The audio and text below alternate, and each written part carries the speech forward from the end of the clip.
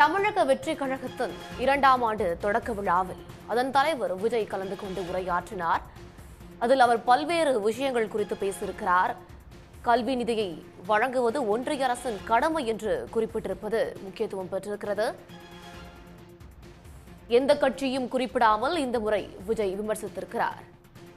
தமிழக வெற்றி கழக கட்சியின் 2ஆம் ஆண்டு தொடக்க விழாவில் அதன் தலைவர் விஜய் கலந்து கொண்டு பேசினார். மீண்டும் பாசிசம் பாயாசம் என தவிக தலைவர் விஜய் பேசியிருக்கிறார்.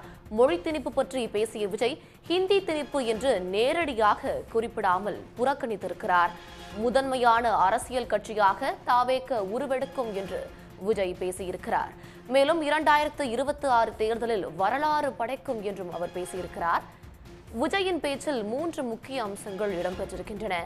அதில் நிதி தர மறுக்கும் ஒன்றிய பாஜக அரசையும் பெயர் சொல்லி விமர்சிக்காமல் அவர் இருந்திருக்கிறார். ஒன்றிய பாஜக அரசு தமிழ்நாட்டில் உள்ள திமுக அரசை பாசிசம் பாயாசம் என விஜய் மீண்டும் விமர்சனம் செய்திருக்கிறார்.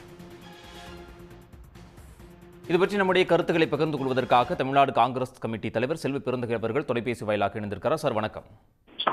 வணக்கம், சொல்லுங்க சார். தவிகவின் 2ஆம் ஆண்டு தொடக்க விழாவில் அதன் தலைவர் விஜய் பேசியிருக்கக்கூடிய பேச்சு தற்பொழுது பேசு பொருளாக மாறியிருக்கிறது.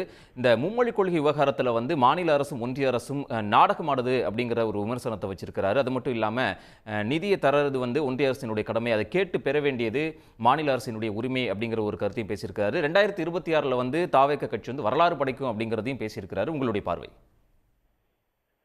இல்லைங்க, மும்மொழி கொள்கையில from day 1 Dravida Munnetra Kazhagam India கூட்டணி மிகவும் சரியான முறையில் இதை கையாண்டு வருகிறார்கள்.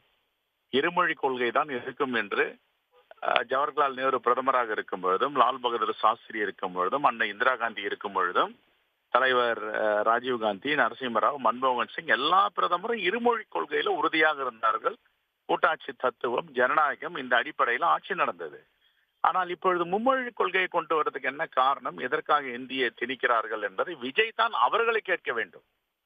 கேட்க வேண்டிய கேள்வி திரு விஜய் அவர்கள், தவிகவின் தலைவர் அவர்கள் ஒன்றிய அரசை பார்த்து எங்களுக்கும் அக்கறை இருக்கிறது, நாங்களும் தமிழ்நாட்டு மக்களுக்காக பேசுகிறோம், பாஜக அரசே எதற்காக மும்மொழி கொள்கையையும் புதிய கல்வி திட்டத்தையும் நீங்கள் கொண்டு வருகிறீர்கள், இது தமிழ்நாட்டு மக்கள் ஏற்றுக்கொள்ள கேட்க வேண்டிய கேள்வி அங்கல்ல இங்கல்ல.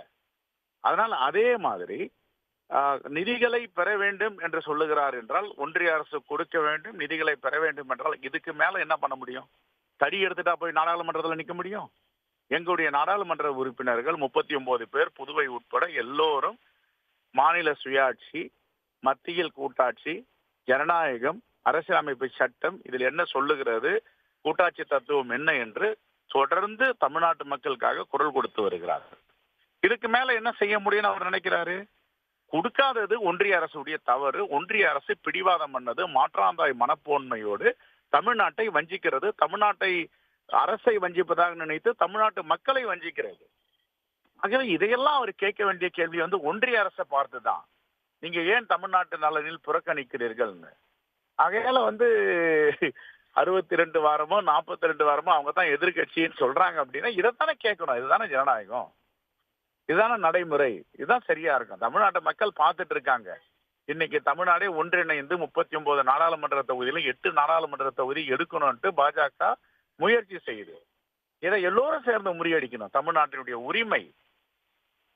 இதையெல்லாம் பேசாம நீங்க தமிழ்நாடு அரசை பாயாசமா பாலா இதெல்லாம் பேசுறாங்கன்னா என்ன இது ஏற்றுக்கொள்ள முடியாதது. அவர் கேட்க வேண்டிய கேள்வி, தமிழ்நாட்டு மக்கள் மீது உண்மையிலேயே கரிசனம் இருந்தால், அக்கறை இருந்தால் ஒன்றிய அரசை பார்த்து கேட்க வேண்டும். தமிழ்நாடு அரசு இன்றைக்கு அனைத்து கட்சி கூட்டம் கூட்டுகிறார்கள், அதெல்லாம் பேசணும், அவருடைய கருத்தை வைக்கணும்.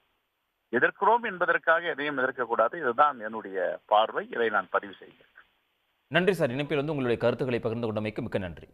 உடனுக்குடன் செய்திகளை தெரிந்து கொள்ள சன் நியூஸ் பெல் ஐகானை கிளிக் பண்ணுங்க.